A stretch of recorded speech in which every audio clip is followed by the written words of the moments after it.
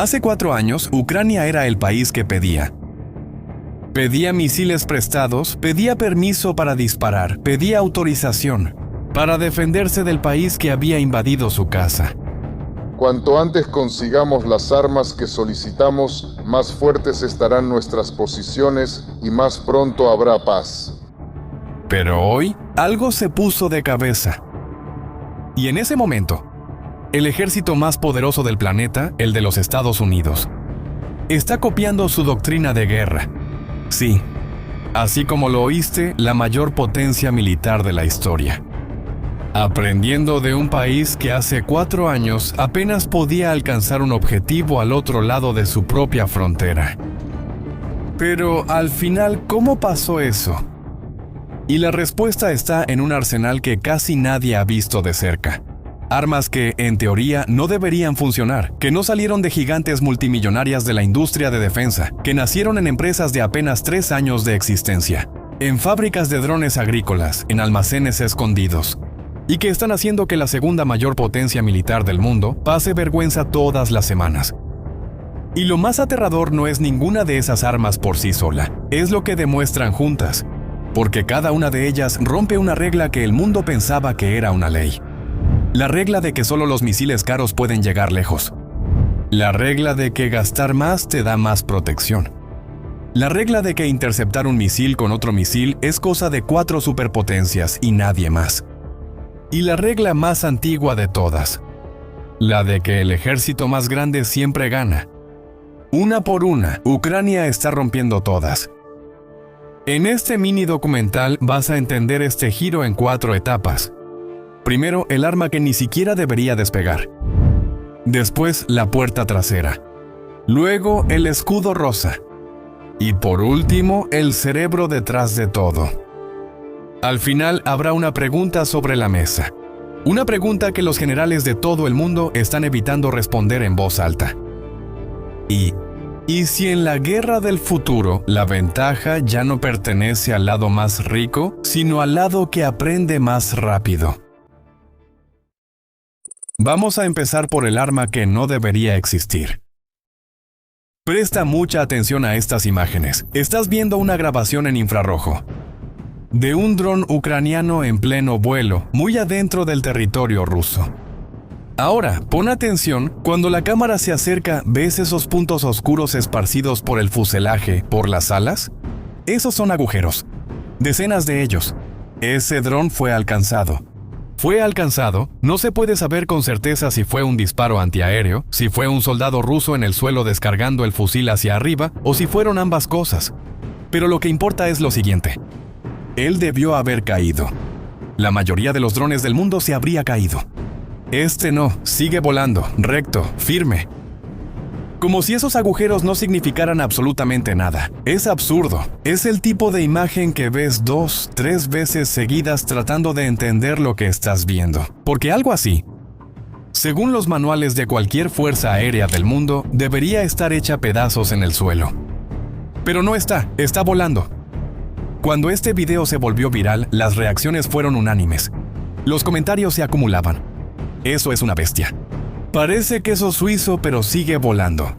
Absorbió una lluvia de fuego antiaéreo como si nada. Pero la historia detrás de él es aún más extraña que lo que acabas de ver. Porque ese dron no debería existir. Y para entender cómo existe y por qué puede hacer lo que hace, es necesario hacer una pregunta incómoda. Una pregunta que pocos analistas militares occidentales quieren responder en voz alta.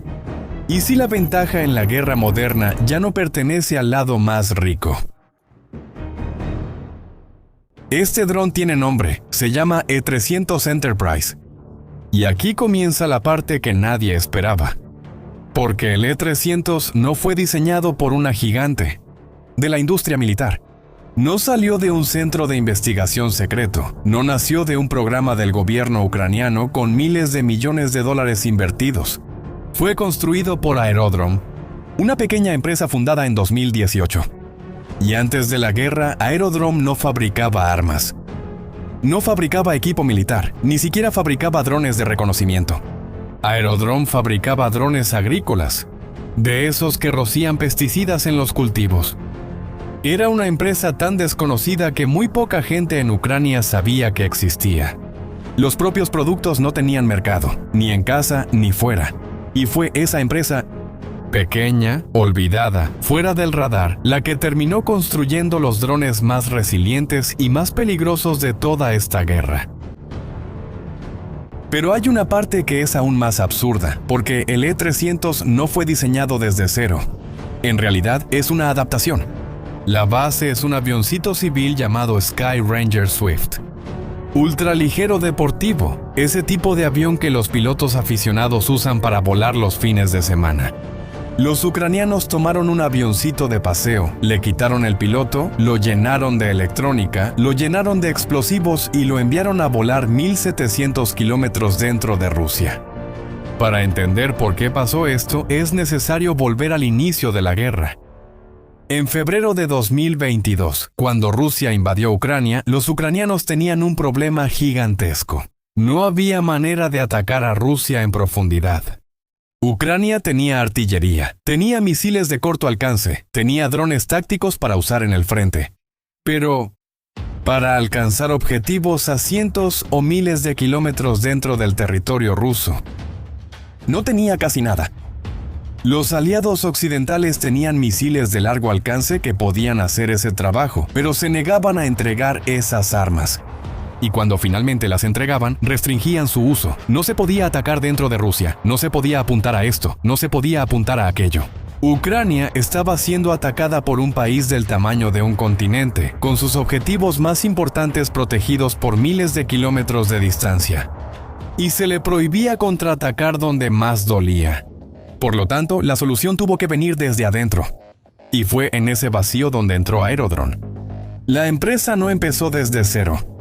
Desde 2015 venía desarrollando drones con capacidad de carga relevante. Primero para la agricultura, después para entregas civiles. En 2017 lanzó un prototipo capaz de cargar 60 kilos. Y esa experiencia, años antes de que cualquiera pensara en la guerra, terminó demostrando ser el activo más valioso que tenía la empresa. Porque cargar 60 kilos de pesticida no es tan diferente en términos de ingeniería de cargar 60 kilos de explosivo. Cuando empezó la guerra, Aerodrone tomó lo que ya sabía hacer y lo escaló. Tomaron el ultraligero Sky Ranger Swift, reforzaron la estructura para soportar más peso, instalaron tanques extra de combustible para extender el alcance y le conectaron todo lo que necesitaba para volar solo. Control remoto vía satélite, navegación autónoma, transmisión de datos en tiempo real. El resultado fue el E-300 Enterprise, capacidad de carga de hasta 300 kilos. Autonomía de 8 a 12 horas en el aire. Velocidad de crucero modesta de 130 kilómetros por hora. Alcance oficial entre 800 y 1500 kilómetros. Y con carga reducida en misión sin regreso, hay reportes de vuelos que llegan a casi 3000 kilómetros. Para dar contexto, eso es más alcance que muchos misiles de crucero occidentales. Y aquí hay un dato dentro de esas especificaciones, que parece pequeña pero va a resultar ser una de las más importantes de todo el proyecto. Mira de nuevo la velocidad de crucero, 130 kilómetros por hora. Eso es absurdamente lento. Tan lento que parece un defecto de diseño. Un avión militar normal vuela 3, 4, 5 veces más rápido, y aún así fue exactamente a esa velocidad que Aerodrome decidió mantener el E-300. ¿El motivo? Quédate con esa pregunta. La respuesta aparecerá más adelante en este video, y cuando aparezca, va a cambiar la forma en que ves toda esta máquina. Hay otro detalle curioso sobre el proyecto. El E-300 fue originalmente presentado por Aerodrome como un dron de transporte, de carga, para entregar piezas en el frente, evacuar heridos, llevar suministros. La versión de ataque profundo vino después y fue rápida. En marzo de 2023, Aerodrome firmó el contrato con el Ministerio de Defensa de Ucrania. La producción en serie comenzó. Y menos de un año después, el E-300 empezó a aparecer en lugares donde Rusia juraba que jamás sería atacada.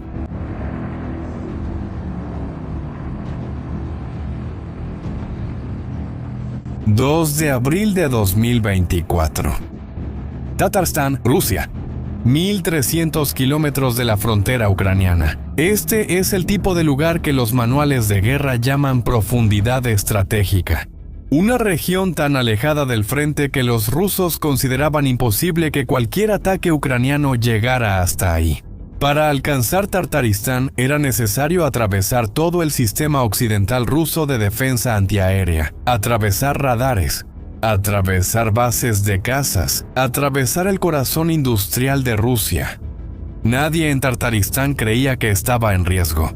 Y fue exactamente en Tartaristán, en la ciudad de Yalabuga, dentro de un área conocida como la Zona Económica Especial de Yalabuga, donde Rusia había construido algo muy valioso para su máquina de guerra. Una fábrica de drones, no cualquier fábrica, la fábrica. Fue ahí donde Rusia empezó a ensamblar, a escala industrial, los drones Shahed 136 rebautizados por los rusos como Tseran-2, que son lanzados todas las noches contra ciudades ucranianas. Esos drones que zumban como motonetas y que se estrellan contra edificios residenciales, contra centrales eléctricas, contra hospitales. La fábrica de Yalabuga era el engranaje central de esa máquina. Esa mañana del 2 de abril, alrededor de las 6, eso cambió. Cámaras de seguridad y habitantes locales grabaron lo que sucedió. Algo apareció en el cielo de Yalabuga. No era un misil, no era un caza. Era una aeronave pequeña, volando sola, baja, despacio. Quien la vio de lejos pensó que era un ultraligero que se había perdido. Tal vez problema de ruta. No era un dron ucraniano. Sin piloto. En ruta directa. Volando durante horas, en línea casi recta, atravesando todo el territorio ruso occidental sin ser interceptado. Y en segundos se lanzó en picada contra el complejo de la fábrica. La explosión fue lo suficientemente grande como para ser escuchada en toda la ciudad.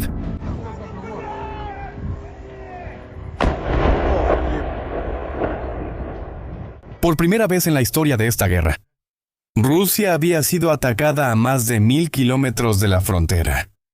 Y no fue por un misil de crucero occidental, no fue por un arma cara, sofisticada e importada.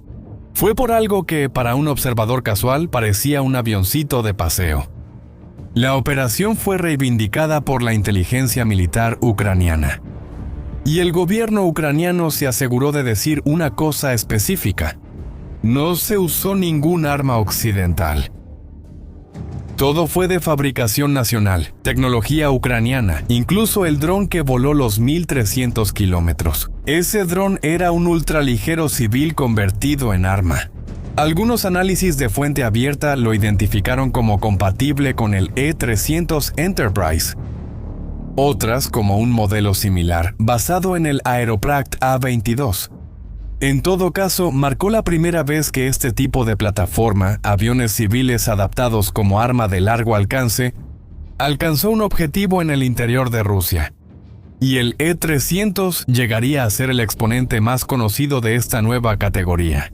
El ataque a Yalabuga fue solo el comienzo. En las semanas siguientes, Rusia descubrió que su santuario se había acabado. El E-300 y otros drones ucranianos de largo alcance que aparecieron después empezaron a llegar a lugares cada vez más profundos de la geografía rusa. La fábrica de Yalabuga, considerada intocable, se volvió un objetivo recurrente. Fue alcanzada de nuevo en mayo de 2025 y de nuevo en junio de 2025. La capacidad productiva rusa de Shaheds, que debía haber llegado a 8.000 unidades por año, empezó a sufrir interrupciones regulares.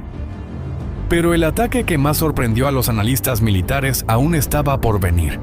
En 2025, drones ucranianos tipo aeronave despegaron desde Ucrania hacia el este, cruzaron la frontera rusa, atravesaron cientos de kilómetros en lo profundo del territorio ruso, pasando por regiones donde los rusos juraban que su defensa aérea era impenetrable. Y siguieron volando. Cuando finalmente se lanzaron contra el objetivo, habían volado entre 1.000 y 1.500 kilómetros, una de las penetraciones más profundas jamás registradas en territorio ruso. El objetivo era Gazprom Neftekhim Salavat, un complejo petroquímico gigantesco en Bashkortostán, una región al pie de los Urales en el extremo oriental del territorio europeo de Rusia. Un lugar donde ningún analista militar imaginaba que un dron ucraniano podría llegar. Análisis rusos atribuyeron este y otros ataques de largo alcance, específicamente al E-300 Enterprise, con reportes que llegaron a estimar vuelos de aproximadamente 1.700 kilómetros en algunas misiones. ¿Y recuerdas esa pregunta que quedó pendiente antes? ¿Sobre por qué? Aerodrone insistió en una velocidad de crucero tan lenta, de 130 kilómetros por hora. Aquí está la respuesta. Los radares modernos de defensa antiaérea son, en su mayoría, del tipo Doppler. Funcionan midiendo el cambio de frecuencia reflejado por objetivos en movimiento. Mientras más rápido es el objetivo, más clara es su firma en el radar. Pero existe un límite inferior. Cuando algo vuela demasiado lento, el radar tiende a filtrarlo como ruido. Como un pájaro. Como una hoja llevada por el viento. Como nada. El E-300 aprovecha eso. Vuela exactamente en la franja de velocidad que confunde a los radares. Es casi una firma fantasma. Algo que está ahí pero que los sistemas de detección fueron programados para ignorar. La lentitud del E-300 no es un defecto, es una ventaja. La reacción de Rusia, al finalmente darse cuenta de eso, fue intentar adaptarse. En octubre de 2025, fuentes ucranianas empezaron a reportar un cambio en el comportamiento ruso. Pequeños drones interceptores, diseñados específicamente para cazar drones ucranianos de largo alcance, empezaron a aparecer en el espacio aéreo ruso. Los rusos habían entendido que misiles caros y sistemas de defensa antiaérea convencional eran inútiles contra una aeronave que vuela bajo, despacio y cuesta una fracción de eso. La solución rusa fue simple: construir sus propios drones para derribar los drones ucranianos. Y es exactamente ahí donde vuelven esas imágenes del principio de este video. ¿Recuerdas ese dron lleno de agujeros volando profundamente dentro del territorio ruso? Es un 300. Y esa cámara infrarroja que grabó la aproximación no era de un equipo de defensa antiaérea convencional. Era la cámara a bordo de un dron interceptor ruso, cazando el E-300 desde el cielo, descargando ráfaga tras ráfaga sobre él. Y aún así, incluso después de docenas de impactos, sin poder derribarlo. Esa es la bestia para la que Rusia construyó una nueva respuesta, para intentar cazarla. Y aún no lo está logrando.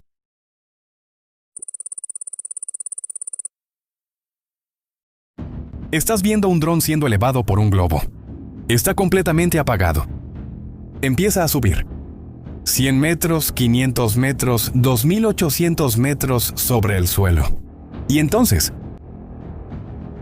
se suelta solo, sin ningún piloto a los controles. Pero aquí hay un detalle que nadie nota a primera vista. Este dron funciona con batería. Y la batería aún no ha sido usada. Ni siquiera un 1%. Y es precisamente ahí donde reside lo más peligroso de esta arma. Porque con una batería intacta, todo cambia. Eso, que parece un pequeño detalle, se está convirtiendo en una de las peores pesadillas de Rusia en este momento. Pero, al final, ¿cómo un objeto tan simple está humillando a la defensa aérea más cara del mundo? Para entender por qué este globo asusta tanto a los generales rusos, necesitas entender el problema que Ucrania llevaba meses intentando resolver. En las últimas semanas, los caminos que abastecen a las tropas rusas en los territorios ocupados se han convertido en algo parecido a una trampa. Las carreteras que conectan Crimea y las regiones ocupadas con el continente ruso se han convertido en corredores de la muerte. Camiones blindados de combustible, junto con convoyes de suministros, son destruidos uno tras otro casi a placer. Ucrania estaría encantada de llevar esa zona de destrucción aún más adentro. Más cerca de Moscú, más cerca del corazón logístico ruso. Solo que había un límite, y ese límite tenía un número. Los drones que Ucrania usa para estos ataques son buenos, muy buenos. Pero todo dron impulsado por motor tiene un límite de alcance, y el de estos gira en torno a 150 kilómetros. Todo lo que está dentro de ese radio se volvió una zona de riesgo para los rusos. todo lo que estaba más allá de ese radio era seguro. Y Ucrania estaba decidida a borrar esa palabra. Seguro. Para que te des una idea de la magnitud de esa presión. Entre febrero y abril de 2026, el presidente Zelensky anunció que Ucrania cuadruplicó el número de ataques de alcance medio. Sí, cuadruplicó. En 3 meses. Pero por más que aumentaran el volumen, ese techo de 150 kilómetros seguía ahí. Desafortunadamente, el motor del dron no negocia. Entonces, la pregunta que los ingenieros ucranianos empezaron a hacerse fue otra. No era cómo construir un dron más potente. Era algo mucho más astuto. ¿Y si fuera posible transportar el dron mucho más cerca del objetivo, incluso antes de encender el motor? Y aquí es donde esta historia realmente empieza a ponerse interesante, porque la respuesta que recibieron no vino de un laboratorio de punta. Vino de una tecnología que el ejército ya venía usando para otras cosas. Antes, tienes que conocer el arma en el centro de todo esto. Y el nombre es sorprendente. ¿De quién está detrás de ella? El dron se llama Hornet. Es una aeronave de ala fija, ligera, con inteligencia artificial incorporada. Y esa parte es muy importante. Porque la inteligencia artificial le permite encontrar y atacar el objetivo por sí solo. Incluso cuando los rusos intentan bloquear la señal de control. En un campo de batalla saturado de interferencia electrónica, eso es casi una ventaja injusta. Pero aquí está el detalle que casi nadie conoce del Hornet. No fue creado por una empresa estatal de defensa tradicional. Fue desarrollado por una empresa fundada y financiada por un nombre que probablemente conoces de un lugar completamente diferente.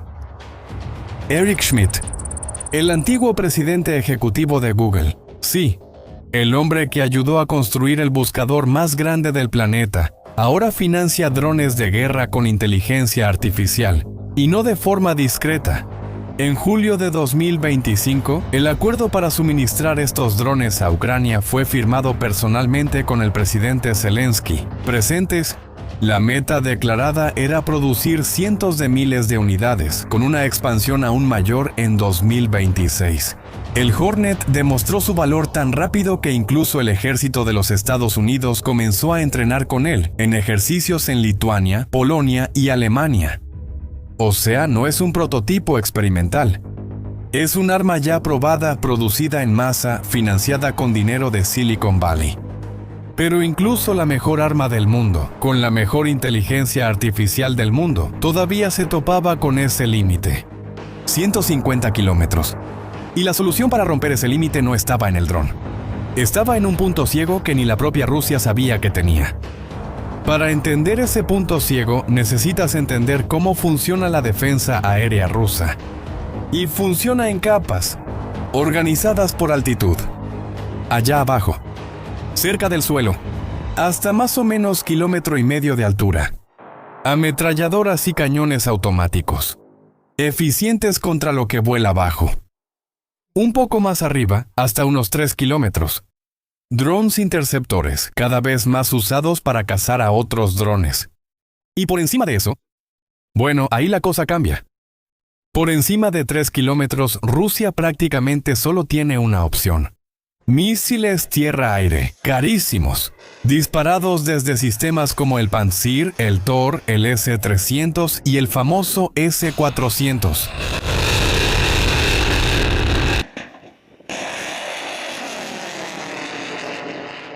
Fíjate en lo que acabo de describir. Abajo, armas baratas. Bien arriba, misiles carísimos. Pero entre una franja y otra hay un espacio. Una altitud donde las armas baratas no alcanzan.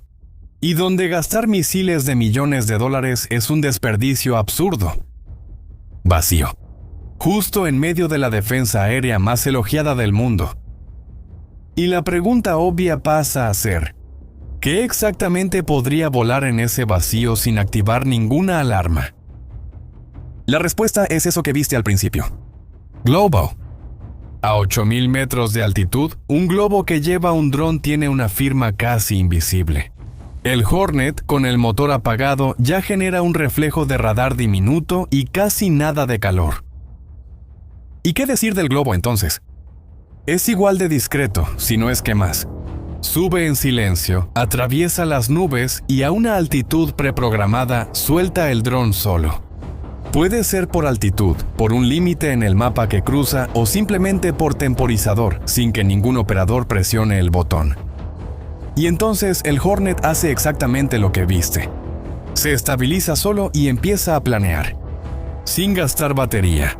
Cuando finalmente enciende el motor, ya cerca del objetivo, todavía tiene prácticamente toda la carga disponible. Ese detalle que mencioné al principio, ¿recuerdas? La batería intacta. Eso es lo que duplica, y a veces más que duplica, el alcance del dron.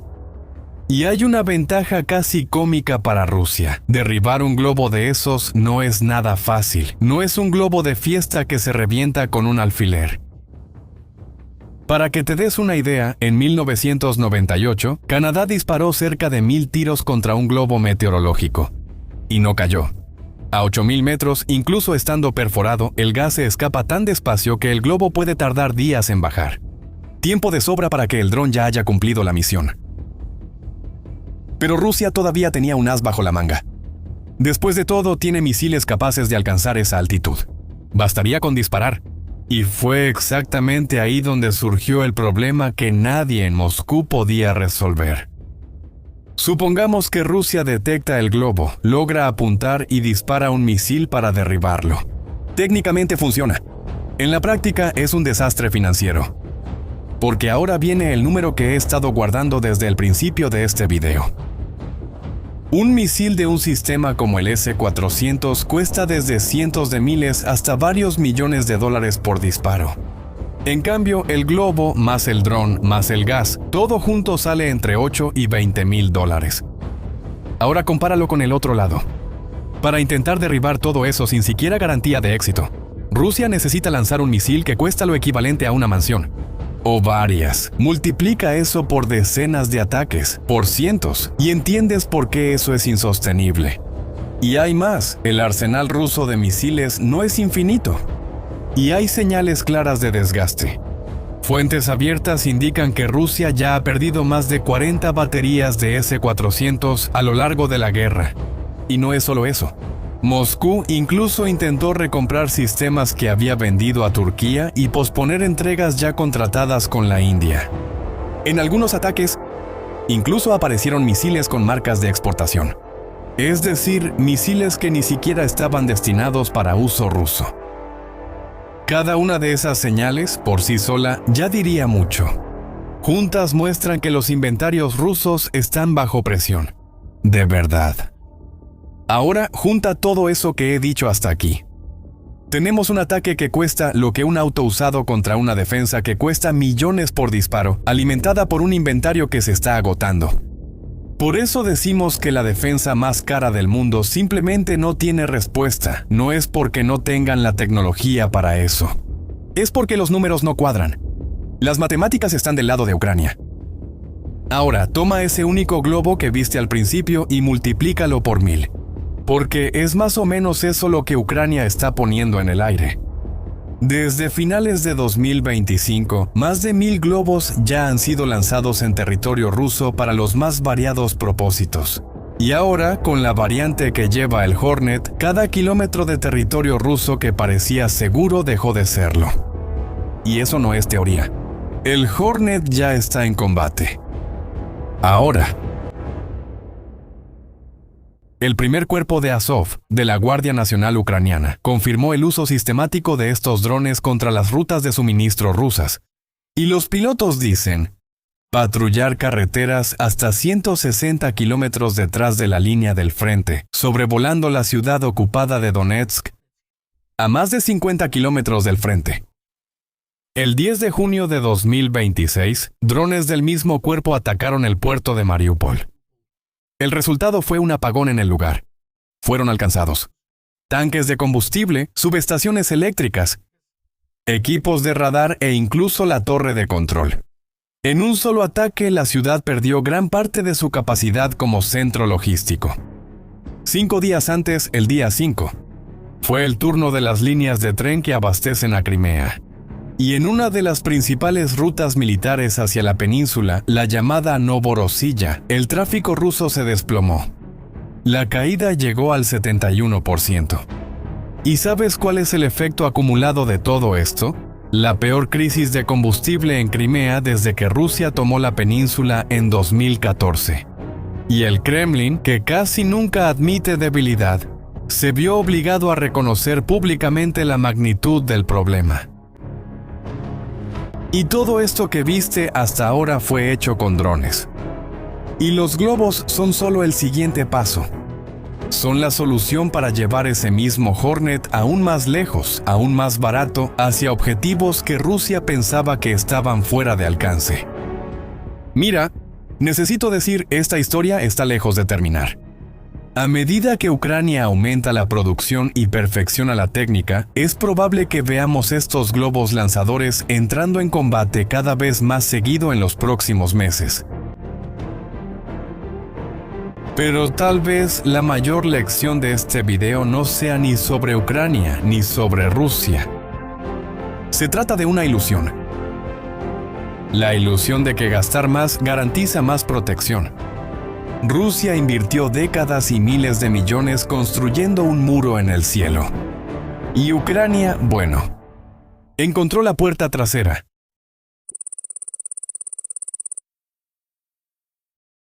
La semana pasada, en algún lugar secreto de Ucrania, un misil rosa se elevó al cielo. El video dura solo unos segundos, pero quien sabe del tema se dio cuenta. De inmediato, ese misil no iba a atacar nada. Fue hecho para hacer lo contrario, subir y derribar otros misiles en el aire. Estoy hablando de los peores que tiene Rusia. Los Iskander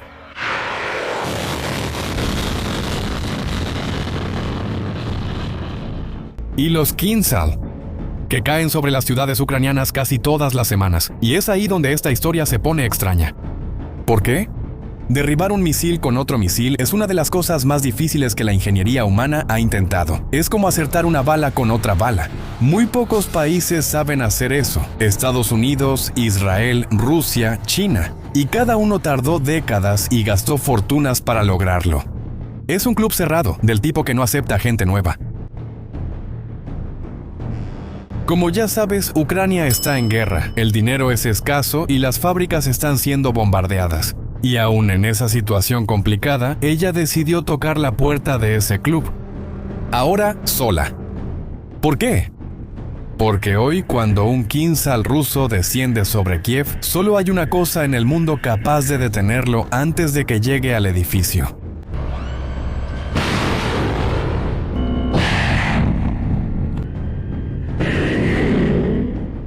Mísil Patriot estadounidense. Solo que hay un problema. Ucrania acaba de descubrir algo muy preocupante sobre estos misiles. Para entender lo que descubrió, necesitamos retroceder algunos meses a una guerra que, a primera vista, no tiene nada que ver con Ucrania. La guerra de Estados Unidos contra Irán. Durante semanas, Irán lanzó misiles y drones sobre bases estadounidenses y países aliados en el continente. Y Estados Unidos respondió de la única manera posible, disparando Patriots, muchos Patriots.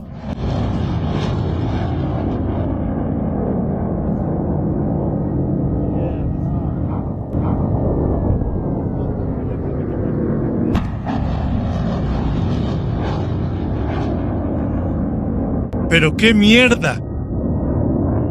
En poco más de un mes de guerra contra Irán, Estados Unidos quemó más de la mitad de su reserva de interceptores Patriot, entre 1,000 y 1,400 misiles, en 40 días. Y no fueron solo los estadounidenses. Según estimaciones de analistas, las reservas combinadas de Arabia Saudita, Emiratos, Qatar e Israel cayeron casi un 90%.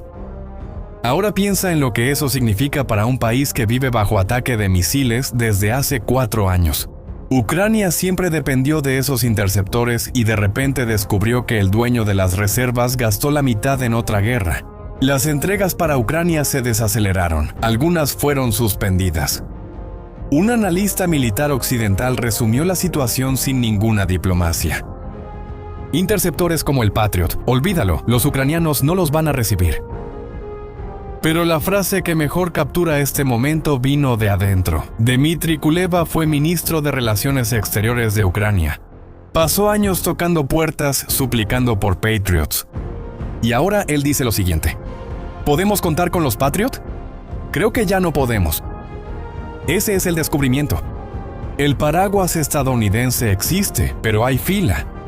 Y Ucrania entendió que está al final de esa fila, detrás de las bases estadounidenses, en Medio Oriente, detrás de Israel, detrás de Taiwán.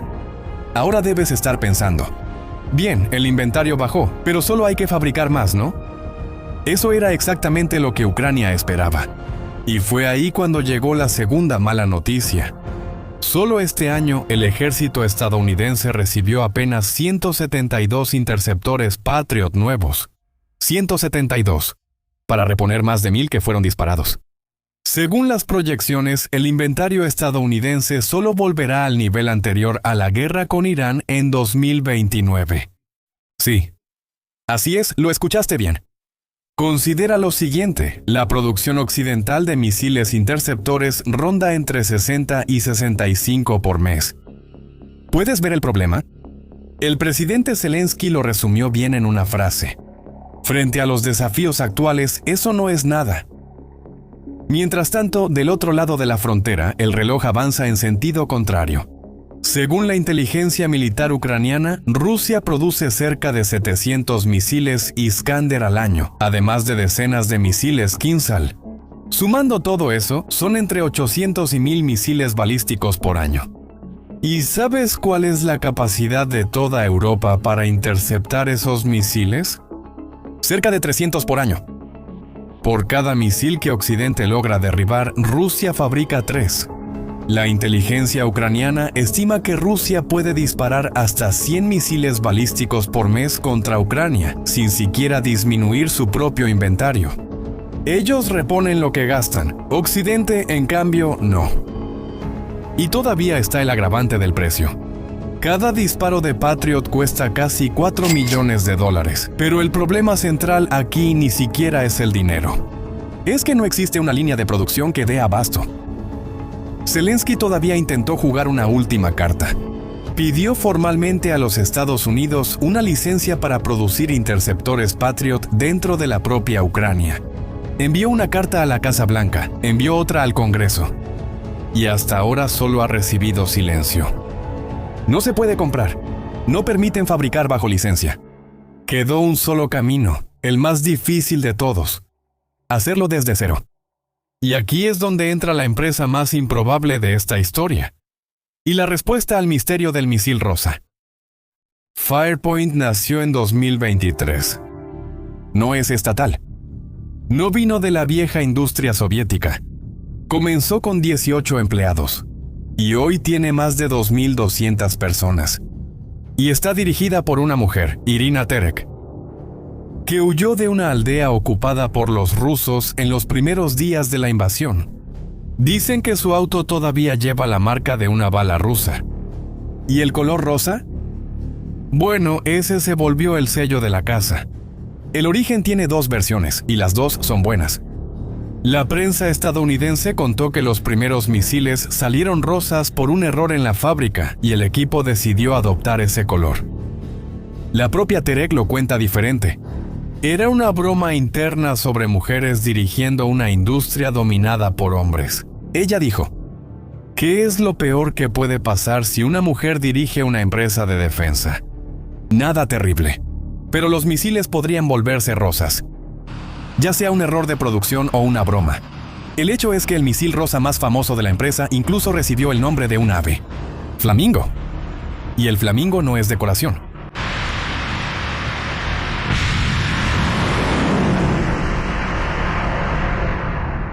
En febrero de este año, misiles Flamingo alcanzaron la fábrica de Votkinsk a 1,400 kilómetros dentro de Rusia. Y Votkinsk no es cualquier fábrica, es ahí donde Rusia produce sus propios misiles balísticos, incluyendo los Iskander. O sea, la empresa del misil rosa ya demostró en combate real que sabe hacer que un misil vuele lejos y acierte. Y cuando una empresa de apenas 3 años derriba una fábrica de misiles dentro de Rusia, los gobiernos de Europa prestan atención. Tanta atención que Dinamarca hizo algo sin precedentes. Suspendió temporalmente más de 20 leyes y regulaciones para acelerar la construcción de una fábrica de Firepoint en suelo danés, pegada a una base aérea de cazas F-35. Es la primera fábrica de armas ucraniana dentro de la OTAN. Un país europeo rompiendo su propia burocracia por una empresa ucraniana de 3 años de antigüedad. Una empresa nueva, ambiciosa y rodeada de polémicas, como todo lo que crece demasiado rápido en medio de una guerra. Pero fue esta empresa la que aceptó la misión que nadie más aceptó. Y lo que construyó lleva una ironía escondida en su propio formato. El interceptador se llama FP7.X. Mide 7 metros con 25 de largo. Cuerpo de material compuesto. Y una velocidad de hasta 2000 metros por segundo. Más de 5 veces la velocidad del sonido. Y ahora, la ironía. La forma de este misil no nació de la nada. Deriva de la geometría de un misil soviético. El mismo diseño que se usa hasta hoy en los sistemas S-300 y S-400. Los sistemas de defensa de la propia Rusia. Déjame repetirlo porque es casi poético. El misil que puede proteger a Ucrania de los ataques rusos tiene el ADN de un misil ruso. Ucrania tomó la herencia de ingeniería soviética que conoce de memoria y está volteando el arma contra el creador. Pero por dentro es otra historia. Y esa historia es europea. En abril, Firepoint firmó un acuerdo con la alemana DL Defense, la misma del famoso sistema Iris-T para proporcionar los ojos del misil, el sensor que detecta el objetivo en la fase final del vuelo. El mayor fabricante de misiles de Europa, MBDA, está ayudando en el desarrollo. El centro de comando proviene de la noruega Kongsberg. Los radares son de gigantes como Saab, Thales y Hensoldt. El sistema completo incluso recibió el nombre de una diosa nórdica, Freya. ¿Te das cuenta de lo que eso significa? No es un misil ucraniano solitario, es Europa preparando discretamente un plan B para el Patriot. Y el precio explica la prisa. Como mencioné antes, cada interceptor Patriot cuesta cerca de $3.800.000. El misil ucraniano, $700.000, más de 5 veces más barato. Y mira qué detalle curioso. El ejército estadounidense abrió recientemente una convocatoria pidiéndoles exactamente eso a los propios proveedores. Interceptor por menos de $1 millón. Incluso, un general estadounidense en una publicación hablando sobre este concepto, usó la imagen del misil ucraniano para ilustrar. Como puedes ver, el alumno se volvió la referencia. Y lo más interesante, ya se han filmado 3 pruebas. El primer vuelo fue en febrero, el segundo en marzo. Y el de junio, y ese tal vez sea el más importante, porque fue el primer vuelo totalmente guiado con el misil maniobrando en el aire. Según el Financial Times, el misil alcanzó 25 kilómetros de altitud. Un territorio que antes pertenecía al Patriot. El cofundador de la empresa confirmó la prueba al periódico y dijo que la producción en masa puede comenzar ya en agosto con 3 misiles por día. Pero claro, el camino por delante aún es largo. La primera interceptación real solo está programada para finales de 2027. Hasta entonces, Freya es una apuesta. Pero fíjense en algo, porque esta es la idea más importante de este video. Aunque él diga, la decisión de construirlo ya contó la verdad. La era en la que la protección estadounidense era un hecho de la realidad.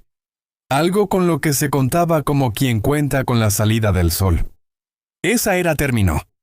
Ucrania fue solo el primer país en recibir la noticia, porque es el único que descubre esas cosas bajo bombardeos. Muchos países, como es el caso de Israel, por ejemplo, tienen su propio escudo. Ucrania está construyendo el suyo, y es de color rosa.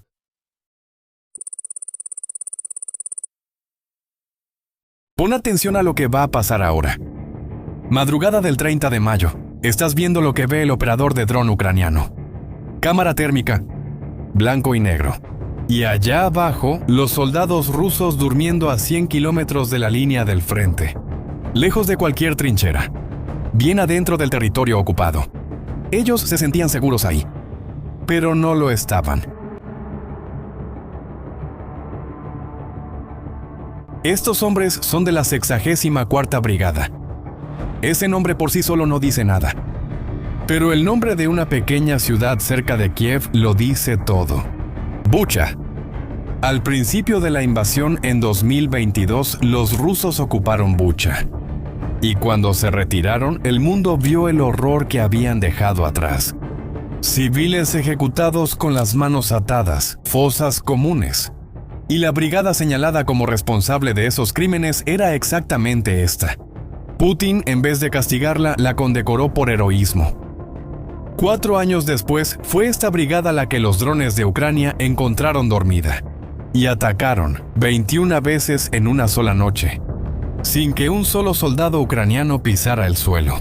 La venganza ya se había consumado. Pero esa es la parte menos importante de esta historia. Porque hay una pregunta que nadie está haciendo. ¿Cómo logró Ucrania encontrar a estos hombres? ¿Cómo llega el dron al punto exacto en la noche exacta 100 kilómetros tierra adentro? Y la respuesta a esas preguntas cambió toda la guerra. Porque lo que usaron no fue un arma. Fue algo inesperado que, hasta hace poco tiempo, se usaba para actualizar Google Maps. El ataque que acabas de ver no fue un golpe de suerte. No fue una operación o una acción especial, planeada durante meses. Fue rutina. Una noche más de trabajo de una fuerza que acaba de presentar. Un número que ningún ejército en la historia moderna ha divulgado. El 4 de junio, el comandante de las fuerzas de drones de Ucrania, Robert Brovdy, publicó el balance anual de operaciones. Según el conteo ucraniano, registrada misión por misión en un sistema digital llamado Delta, que guarda video y evidencia de cada ataque. Esa fuerza por sí sola dejó fuera de combate a 100.082 soldados rusos en 358 días. Para que entiendas la magnitud de esto, cuando Putin invadió Ucrania en 2022, él dedicó cerca de 190.000 hombres a la operación. Él pensaba que eso bastaba para tomar todo el país en 3 días. Porque una sola fuerza ucraniana en un año eliminó a más de la mitad de ese número. Pero hay un detalle en esos datos que es aún más perturbador que el total. De los 100.000, 53.000 murieron. 46.000 resultaron heridos. Más muertos que heridos. Puede parecer una estadística. No lo es. En todas las guerras del siglo XX ocurrió lo contrario. En la Segunda Guerra Mundial hubo alrededor de 3 heridos por cada muerto. En Vietnam, más de 3. En Afganistán, casi 10 heridos por cada muerte. En el frente ruso de hoy, la cuenta se invirtió. Y la interpretación más probable de esto es aterradora. Quien ataca no está esparciendo metralla al azar. Está eligiendo dónde golpear. Es cierto que esos números vienen de ambos lados de la guerra, y en este canal siempre etiquetamos el origen, pero la tendencia tiene confirmación independiente. Mediazona, un grupo ruso de periodismo de investigación que cuenta a los muertos usando obituarios y avisos de funeral. Lo confirmó por nombre: más de 156.000 militares rusos muertos desde el comienzo de la invasión. Y señala que 2025 es el año más sangriento de toda la guerra, con un 40% más de obituarios publicados que el año anterior. Y entonces la pregunta se vuelve inevitable: ¿por qué? La fuerza responsable de esos 100.000 representa solo el 2% del ejército ucraniano. ¿Cómo es que el 2% del ejército produce 1/3 de todo lo que Ucrania destruye en esta guerra? Y la respuesta, que parece obvia, es drones. Sí, Ucrania tiene drones, muchos de ellos. Pero esa respuesta no explica nada. Porque Rusia también tiene. Ambos países producen millones de drones al año. Hoy en día, los drones causan cerca del 80% de las bajas. De ambos lados. Rusia se lo tomó tan en serio que creó un centro entero dedicado a la guerra de drones. el Rubicón, con la misión de alcanzar a Ucrania en tecnología y doctrina. La misma arma. En ambos lados, en cantidades similares, y aún así, solo un lado. Transformó esa arma en una máquina de 100.000 bajas. Cuando dos ejércitos tienen la misma herramienta y obtienen resultados opuestos, la explicación no está en la herramienta. Está en lo que se hace con ella. Y lo que Ucrania hizo es lo que vamos a desglosar ahora. La transformación ucraniana ocurrió en 3 movimientos. Y cada uno apretó un poco más el cerco. El primer movimiento fue organización. En junio de 2025, Ucrania tomó sus unidades de drones que ya existían, pero que operaban cada una por su cuenta, y unió todo en un solo agrupamiento bajo el mando de Broft. 12 unidades se convirtieron en una sola máquina. Cada misión empezó a ser registrada y verificada en el Delta. O sea, nada de cifras infladas a base de gritos. Cada objetivo destruido tiene una imagen archivada. ¿Y sabes cuál es el resultado de esta máquina funcionando? 5.000 misiones por día. 1.650.000 misiones de combate al año. Y una lista de equipo militar destruido que parece el inventario de un ejército completo. 817 tanques, 1.379 vehículos blindados, 4.890 sistemas de artillería. Pon atención a este último número. La artillería es la guardaespaldas de la infantería, es la que abre camino para que el soldado avance. Sin artillería, la infantería avanza sola, y la infantería que avanza sola en esta guerra muere. Pero la organización por sí sola no explica lo que viste al inicio de este video. Drones organizados todavía necesitan una cosa: alcanzar el objetivo. Y fue ahí donde llegó el segundo movimiento, lo que rediseñó el mapa de la guerra.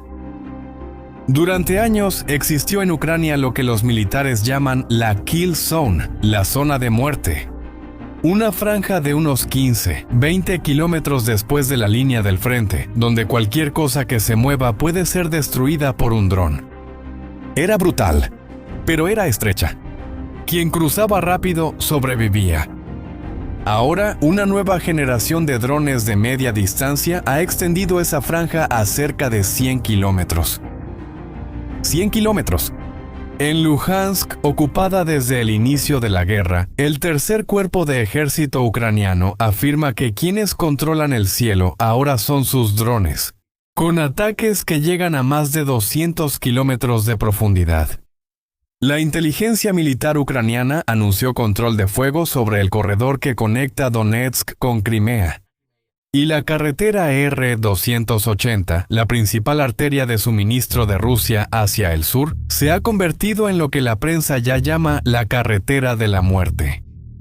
Cerrada al tráfico civil desde finales de mayo.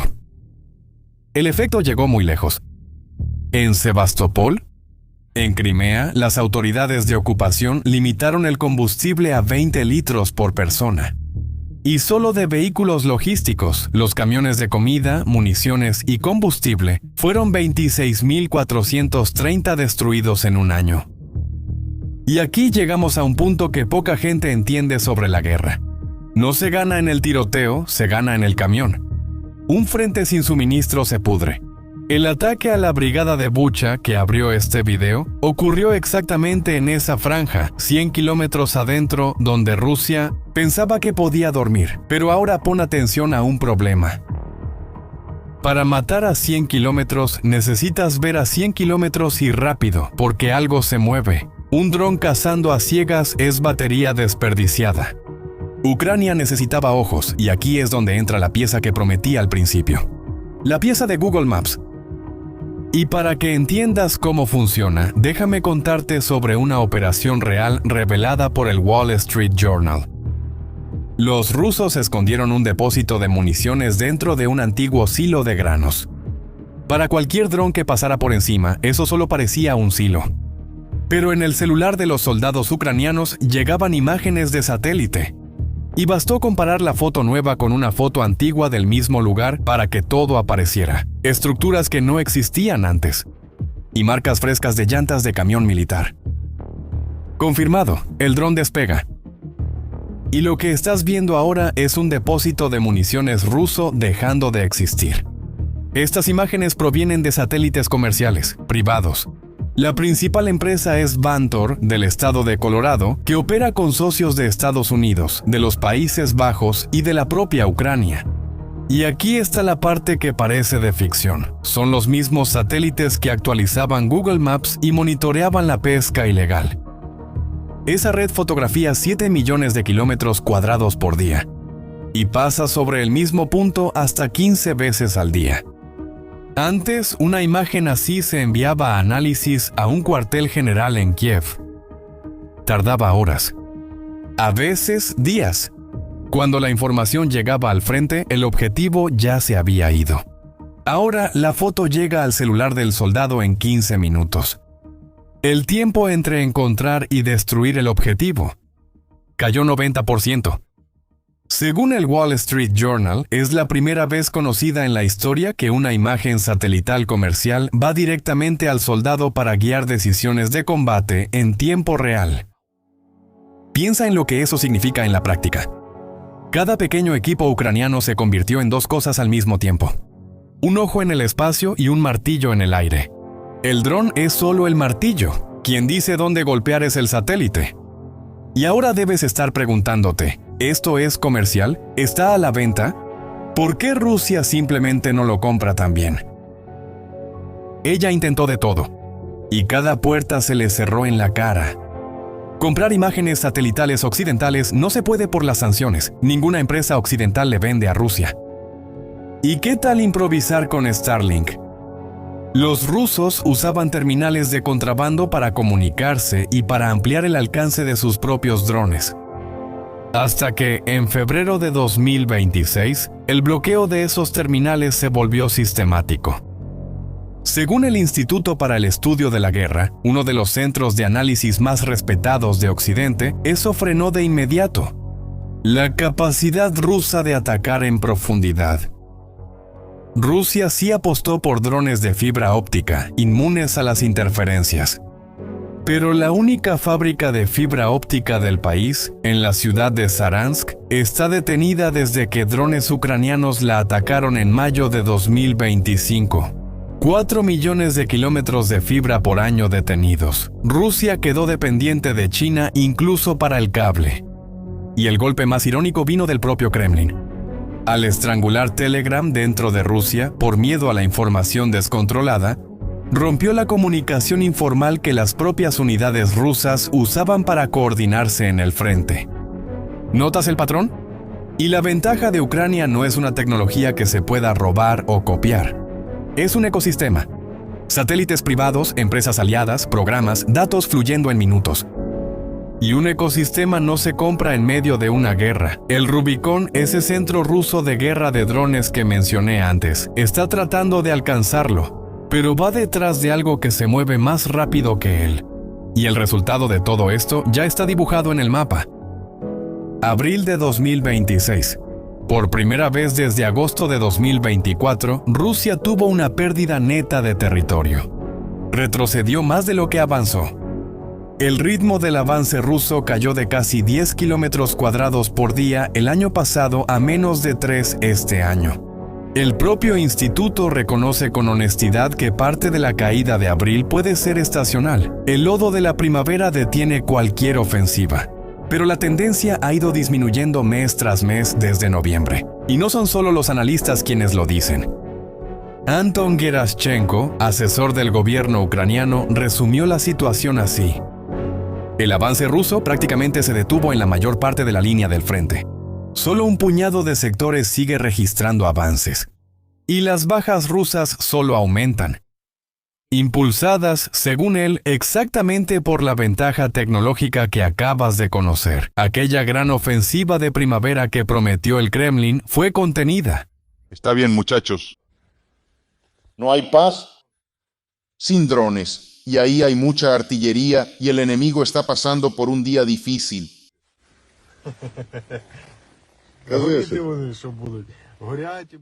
Mientras tanto, los ataques en profundidad se han vuelto rutina. La corbeta no muestra ningún cambio. No hay ningún cambio que reportar. Cambio. Reportando desde San Petersburgo. El desfile de la victoria en Moscú sin un solo blindado en las calles. Ya has visto estas escenas, ahora sabes el sistema que existe detrás de ellas. Y según el mismo instituto, Putin opera hoy con una imagen falsa del propio frente, alimentada por los informes inflados que su alto mando le entrega. El hombre que dirige la guerra es el que menos entiende lo que está pasando en ella. Pero la cifra más importante de todo este balance aún no ha sido mencionada. Y es una cuenta simple. Según Brovdi, los drones ucranianos ya eliminan entre 33 y 35 mil soldados rusos por mes. ¿Y sabes cuántos soldados puede reclutar el Kremlin por mes? Entre 33 y 35 mil. O sea, Rusia ahora pierde soldados a la misma velocidad en que puede reponerlos. Piensa en lo que eso significa. Cada hombre nuevo que entra al ejército ruso solo está reemplazando al que salió. El ejército dejó de crecer. Y un ejército que no crece no sostiene una ofensiva, solo sangra en el mismo lugar. Si esos números se mantienen, y esa es la apuesta declarada del mando ucraniano, la guerra dejó de ser una disputa de voluntad política. Se volvió una ecuación. Y hoy esa ecuación juega en contra de Rusia. Por eso la venganza contra la brigada de Bucha es la parte menos importante de esta historia. Lo que viste en esa cámara térmica no fue un ataque. Fue el sistema en funcionamiento. El satélite lo encontró, el dato bajó en minutos. El dron ejecutó. Ucrania no ganó una carrera de drones. Ella resolvió una ecuación. Y quien lo hizo no fue un arma, fue la velocidad de la información. Y eso aplica mucho más allá de esta guerra. Por primera vez se ha demostrado en el campo de batalla que la masa no vence a la información, que un país más pequeño puede detener la ofensiva de una potencia nuclear, si puede ver más rápido que ella, que era la mayor prueba de que el mundo entendió el mensaje. El Comando de Operaciones Especiales de Estados Unidos ya está integrando el mismo tipo de sistema para sus propios soldados. El ejército más poderoso del planeta copiando a Ucrania. El alumno se volvió el maestro. Y esta historia apenas comienza. La fuerza de Brovdi promete duplicar la cifra en el segundo año. 200,000 bajas. ¿Los rusos? Bueno, tienen un trabajo difícil por delante. Esa ecuación será puesta a prueba en los próximos meses. Y cada uno de ellos va a pasar por aquí en el canal. Y respóndeme en los comentarios. ¿Tú crees que Rusia todavía puede romper esa ecuación? ¿O el juego ya cambió por completo? Ahora aléjate y mira el panorama.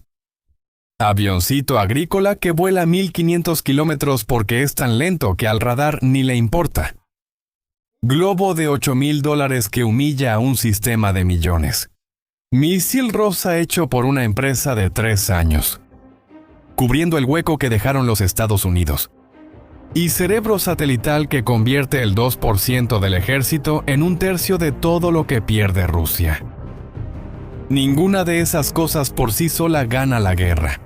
Pero juntas cuentan la misma historia, la historia de un país que dejó de pedir y empezó a construir. Hace 4 años, Ucrania suplicaba por armas prestadas con una lista de reglas sobre dónde podía usar cada una. Hoy, prueba más de 50 armas nuevas al año, produce millones de drones, exporta tecnología a aliados y ve al ejército más poderoso del planeta copiar la doctrina que ella inventó. Bajo bombardeo. El alumno se volvió el maestro. Y por eso esa pregunta del principio importa mucho más allá de esta guerra. Durante siglos, el mundo creyó que la guerra pertenecía a quien tenía el mayor presupuesto. El ejército más grande. La tecnología más cara. Ucrania está demostrando en el campo de batalla real que tal vez eso se acabó, que la cantidad no vence a la creatividad, que el dinero no vence a la creatividad. Y que en la próxima guerra, la ventaja puede no ser de quien gasta más, sino de quien aprende más rápido. Si este cambio te hizo ver esta guerra de otra manera, deja tu like que ayuda mucho al canal y suscríbete. Porque esta historia está lejos de terminar. Cada arma nueva, cada prueba, cada capítulo de este giro va a pasar por aquí. Y ahora quiero saber tu opinión. En esta nueva era, ¿por quién apuestas? ¿Por el lado que tiene el mayor arsenal o por el lado que es más rápido, más barato y más creativo? Escribe aquí abajo, leo todos los comentarios. Gracias por acompañarme. Hasta el próximo video.